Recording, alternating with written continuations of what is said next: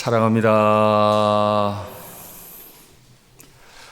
원래 오늘 이 자리에 총회 우리 구제 부장님 대행하시는 귀한 고 목사님께서 말씀 전해 주시기로 하셨는데 사정이 있어 그렇게 하시지 못하게 되었습니다. 총회를 계속해서 섬기는 입후보를 하셨기 때문에 설교를 하실 수가 없답니다. 그래서 오늘 제가 또 서게 됐네요. 우리 목사님 통해서 또 많은 말씀 받으시면 좋을 텐데, 그래도 제 설교가 마치고 나서는 지금 우리가 헌금해 드렸던 피해 지역의 그 형편들을 구체적으로 좀 들으실 수 있을 겁니다. 계속 그 마음을 가지고 기도할 수 있으면 좋겠습니다. 제가 에베소서 강해를 마치고 이제 빌립보서로 강해하겠다고 말씀을 드렸는데, 오늘 특별한 날이기 때문에 야고보서 말씀을 전해 드리려고 합니다. 오늘 본문은 대조라고 하는 방식을 통해서 야고보가 자신의 주제를 강하게 전달합니다. 무엇을 대조하고 있을까요? 유익함 그리고 무익함, 살아있음, 죽었음, 이것으로 대조를 합니다. 오해하시기가 쉬운데요, 행함과 믿음은 대조가 아닙니다. 그건 전혀 다른 것이 아닙니다. 동일한 것입니다.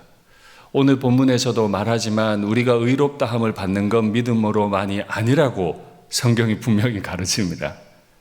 우리가 의롭다고 인정받는 것은 믿음만이 아니고 행함도 함께 있다라고 오늘 본문은 가르쳐요. 그런 것을 보면 믿음과 행함은 상대적인 것이 아닙니다. 그것은 완전히 같은 거죠. 예를 들어 보겠습니다. 제가 제 아내의 남편이라는 믿음이 있습니다. 제가 제 아내를 저의 아내로 믿고 있다면 그 믿음을 따라 당연히 행하게 될 겁니다. 저는 믿음으로는 제 아내의 남편이라고 믿고 있으면서 행함은 옆집 아저씨처럼 할 수 있습니까? 그럴 수는 없습니다. 제가 제 스스로가 제 아내의 남편이라고 믿는다면 저는 제 아내에게 남편의 역할을 하게 될 겁니다. 그러니까 믿음과 행함은 대조가 아닙니다. 이건 반드시 같아야만 합니다. 그래서 사도는 이렇게 말하죠. 만일 사람이 믿음이 있다 하고 행함이 없으면 무슨 유익이 있으리요? 그렇죠. 믿음은 있는데 행함이 없는 믿음이 있고 행함이 있는 믿음이 있는 겁니다. 살아있는 믿음이 있고 죽은 믿음이 있는 거예요. 유익한 믿음이 있고 무익한 믿음이 있습니다. 우리는 하나님 아버지에 대한 믿음을 가지고 있는데 이 믿음이 능히 자기를 구원하겠느냐? 오늘 사도의 질문이죠. 예수님 믿으면 다 천국 가는 거 아닙니까? 예. 그런데 우리에게 익숙하지 않은 성경이죠. 사람이 의롭다 함을 받는 것은 믿음으로만이 아니다 라는 선언을 해요. 그러면 우리는 이 말씀을 받으며 분명히 고민해야 합니다. 주님, 저는 하나님을 내 아버지라고 믿고 있습니다. 그런데 내 행함은 하나님을 아버지로 믿는 자답습니까? 제가 제 아내를 저의 아내로 믿고 내가 내 아내의 남편이라고 믿는다면 그 믿음에 당연히 부합하게 행해야 하는 것처럼 하늘의 하나님이 내 아버지라고 믿는다면 나는 그 믿음에 부합하게 행해야 할 텐데, 주님, 과연 저의 믿음은 저를 구원할 수 있는 믿음입니까? 죽은 믿음은 자기를 구원하지 못할 겁니다. 무익한 믿음이니까, 유익하지 않은 믿음이니까 유익하지 않은 믿음은 자기를 구원하지 못할 겁니다. 그래서요, 진짜로 예수님 잘 믿는 사람들은 벌벌 떱니다. 진짜로 떨어요. 여러분께 질문 한번 해볼까요? 귀신들은 하나님을 믿을까요? 안 믿을까요? 안 믿어서 귀신일까요? 오늘 본문에 보니까 귀신들도 믿고 떠느니라. 믿음은 떨어요. 진짜로 하늘의 하나님이 어떤 분인지 안다면, 그 하나님을 경험해버리면 벌벌벌벌 떨어요. 귀신들도, 사람을 집어삼키고 넘어뜨리던 그 귀신들도 하나님을 알기 때문에 떨어요. 그러면 나를 천국으로 인도할, 정말 하나님 앞에 존귀하게 쓰임받게 할 그 믿음이 내게 있느냐 없느냐의 시금석은 뭐겠어요? 내가 하나님 앞에서 떠는가 떨지 않는가. 하나님 생각하면 두려워서 벌벌벌벌 떠는가 떨지 않는가 하는 거죠. 성경에 아주 재미있는 인물이 하나 있습니다. 이 사람의 위치를 어디로 두면 좋을까? 살아있는 믿음일까? 죽은 믿음일까? 라고 할 때 이 사람은 과연 위치가 어딜까 싶은 사람이 있는데, 아브라함의 조카 롯입니다. 오늘 본문에 아브라함 이야기가 나오잖아요. 아브라함은 믿음으로 독자를 주님 앞에 번제로 바치는 행함을 한 사람입니다. 아브라함이 의롭다 받은 건 믿었기 때문만이 아니고 믿음에 합당하게 그 아들을 다시 살려내실 것을 믿었기 때문에 아들을 죽여버리는 거죠. 하나님 보시기에 그 아들은 죽었어요. 믿음으로 죽여버린 거예요. 하나님이 다시 살리실 줄 그가 믿었다고 히브리서는 증언합니다. 그의 믿음은 이런 믿음이었는데, 그와 같이 살고 있었던 조카 롯은 어땠습니까? 근데 조카 롯보다 더 위치를 잡기가 어려운 한 사람이 있어요. 사실 어려운 게 아닌데 어려워요. 창세기 본문 한번 볼까요? 그 사람들이 롯의 손과 그 아내의 손과 두 딸의 손을 잡아 인도하여 성 밖에 두니, 그러니까 천사들이죠. 아브라함의 집에 방문해서 아브라함이 제공하는 식사를 대접받고 소돔으로 갔습니다. 그 사람들이 롯과 아내와 두 딸의 손을 잡아서 성 안에 있던 사람들을 성 밖으로 데리고 나갔습니다. 피했습니다. 그죠?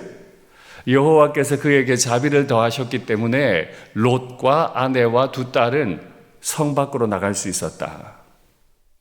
그리고 나서 여호와께서 하늘 곧 여호와께로부터 유황과 불을 소돔과 고모라에 비같이 내리셨다.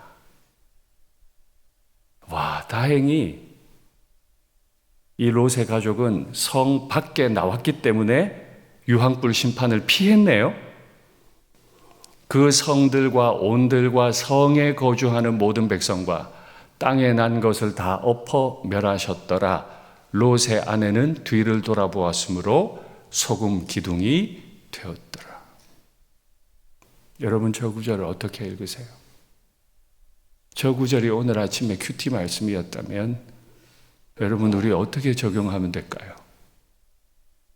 하나님이 자비를 베푸셔서 성 밖으로는 나왔어요. 유황불에 타진 않았어요. 뒤돌아보지 말라 그랬는데 돌아보다가 소금 기둥이 되었어요. 유황불 심판만 안 받으면 되는 건가요? 어떻게? 롯의 아내는 구원을 받은 것입니까? 못 받은 것입니까? 믿음이 있는 것입니까? 없는 것입니까? 능히 자기를 구원한 것입니까? 능히 자기를 구원하지 못한 것입니까? 혹시 우리는 하나님의 자비를 따라 소돔성 밖으로는 나왔지만 소돔성 밖에서 그만 소금 기둥으로 어떤 일도 하지 못하는, 하나님 앞에 그 어떤 영광도 돌리지 못하는 믿음 없는 자의 대명사 소금 기둥으로 서게 되는 건 아닌지, 이런 두려움이 저의 마음에 일어났습니다. 한 가지 말씀 더 확인하죠. 만일 형제나 자매가 헐벗고 일용할 양식이 없는데, 참 놀라운 말씀입니다. 너희 중에 누구든지 그에게 이르되 평안히 가라, 덥게 하라, 배부르게 하라 하며 그 몸에 쓸 것을 주지 아니하면 무슨 유익이 있으리요? 오늘 본문에서 유익에 관한 이야기를 합니다. 롯의 아내는 구원을 받았지만 소금 기둥이 되어버려서 어떤 쓸모도 없는 사람이 되고 말았습니다. 그의 인생은 유익한 인생이 아니었어요. 효과적인 인생이 아니었어요. 남들이 보면 성 밖에 있기 때문에 구원받은 것처럼 보일 거예요. 그러나 그는 마치 구원받지 못한 자처럼 아무짝에 쓸모없는 인생이 되고 말았는데, 오늘 본문은 바로 그 문제, 유익하냐 유익하지 않냐. 일산교회 담임 목사라고 제가 서 있는데, 저는 과연 일산교회의 유익한 목사냐 아니냐. 우리 일산교회가 92주년이 지나는데, 우리 일산교회는 하나님 나라의 관점에서 볼 때 유익한 교회냐 유익하지 않은 교회냐. 성 안에 있다가 유황불 맞는 건 다행히 피했는데 소금 기둥이냐 아니냐, 이 문제는 여전히 남는 거죠. 근데 야고보 사도가 믿음과 행함에 관한 이야기를 하면서 첫 번째 명제로 던진 게 바로 이 문제라는 겁니다. 어떤 사람이 너무 힘든다. 배가 고팠나 봐요. 몸을 따뜻하게 할 만한 옷이나 외투가 없었나 보죠. 평안이 다 없어졌나 봐요. 그 사람이 우리 앞에 있습니다. 어떻게 대하면 좋을까요? 바로 이걸로 판단하겠다는 거예요. 아브라함은 하나님이 아들도 없는 나에게 아들을 주시고 그 아들을 통해 하늘의 별과 같이 후손을 주겠다고 하신 말씀을 믿음으로 의롭다 여김을 받은 게 맞아요. 그런데 조금 더 지나서는 아브라함이 의롭다함을 받은 건 믿음으로만이 아니고 행함을 따라 의롭다함을 받았대요. 그러니까 하나님이 우리에게 요구하시는 믿음은 하나님의 아들이 나 대신해서 죽은 사실을 잘 믿을 뿐만 아니고 내 앞에 와 있는 배가 너무너무 고픈 이 추위를 감당할 수 없는 현실적인 결핍이 심각하게 있는 이들을 어떤 시선으로 보고 행하느냐, 그걸로 너의 믿음을 판단하겠다고 말씀하시는 분이시라는 거죠. 어떠세요? 막연하게 주님, 저들의 피해를 다 우리가 채워주면 좋겠습니다. 하나님 좀 도와주시면 좋겠습니다. 하고 끝날 문제가 아니라는 거예요.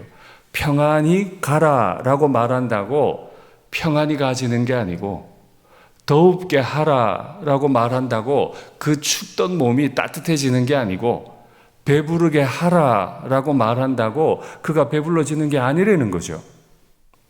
우리의 믿음은 분명히 형제의 결핍을 보고 그에게 유익을 끼치는 믿음으로 나타나야 할 줄로 믿습니다. 제가 우리 교회의 유익한 목사가 되고, 우리 교회는 이 지역 사회와 이 나라의 하나님 나라의 온 우주적인 교회에 유익을 끼치는, 늘 거기에 관심이 많은 교회가 되면 좋겠습니다. 이 문제에 대해서 예수님께서는 오래전에 한 비유를 통해 우리에게 이미 말씀하신 적이 있습니다. 한번 확인할까요?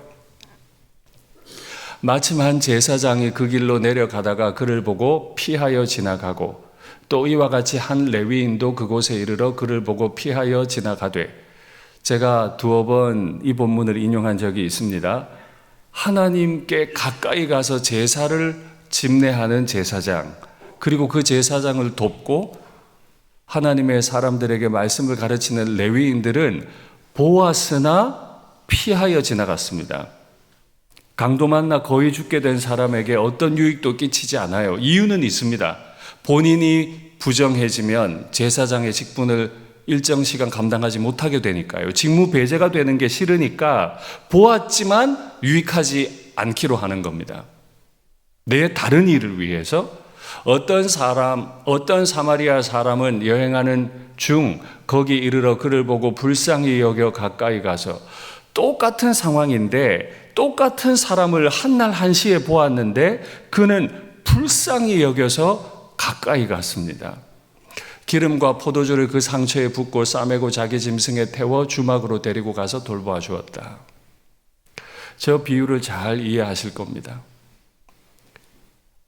똑같은 한 사람을 보았는데 결과적으로 아유 저 사람 불쌍해 어떡해, 아유 저 살아서 집으로 돌아가야 될 텐데, 아유 저 찢겼는데 옷이라도 있는가 몰라 하고 지나간 사람과 아이고 저 사람 불쌍해 어떡해 하고 내가 부정해지더라도 가까이 다가간 사람. 주님께서 보실 때 어떤 사람이 더 믿음이 있다고 말씀하실까요? 그가 예배당에서 기도의 자리에서 나는 하늘의 하나님을 믿습니다라고 말한 그 사람이요? 아니고요. 주님이 판단하는 믿음은 그 믿음이 아니라는 거예요. 제사장이 고백하는 믿음이 아니고 레위인이 고백하는 믿음이 아니고 피 흘린 사람, 결핍이 있는 바로 그 사람에게 다가간 사람이 믿음이 있는 거라는 거예요. 왜 그런 거죠? 이게 틀림이 없는 사실인 게요.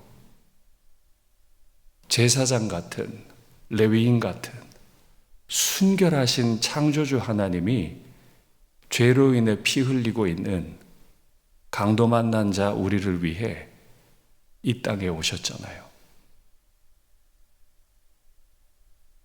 그가 날 위해 죽으셨잖아요. 그의 행하심이 우리의 구원이 됐잖아요. 그러니까 저 본문은 우리가 선한 사마리아인처럼 구제하라는 명령이 아니죠. 선한 사마리아인이신 예수님의 구원을 받은 자답게 행하라는 거죠. 주님이 우리에게 불쌍히 여기셔서 오셔서 죄인인 나 대신 십자가 지시고 나 대신 부정해 주셔서 그분이 십자가 못 박혀 죽으심을 내가 믿는 거죠. 내가 예수님을 그렇게 믿고 있기 때문에 나는 그렇게 행하는 겁니다. 내가 내 아내의 남편으로 나를 인정하기 때문에 아내의 남편으로 행동하듯 하늘의 하나님이 날 구원하셨음을 그렇게 믿고 있기 때문에 나는 피 흘리는 사람을 외면하면 안 되는 사람인 겁니다. 누군가가 결핍이 있다면 반드시 그 결핍을 내가 채우려고 애를 써야만 그게 믿음이 있습니다. 그 대상이 누구든 관계가 없습니다. 그 대상이 누구든 우리는 그에게 살아있는 믿음으로, 유익한 믿음으로 다가가서 그의 피 흘림을 나의 피 흘림으로 바꿔놓아야만 하나님 앞에 믿음이 있다라고 말할 수 있다는 거예요. 귀신들도 벌벌 떠는 하나님 앞에 주님 저는 비록 적은 인생이지만 이런 믿음을 가지고 있습니다 라고 말할 수 있죠.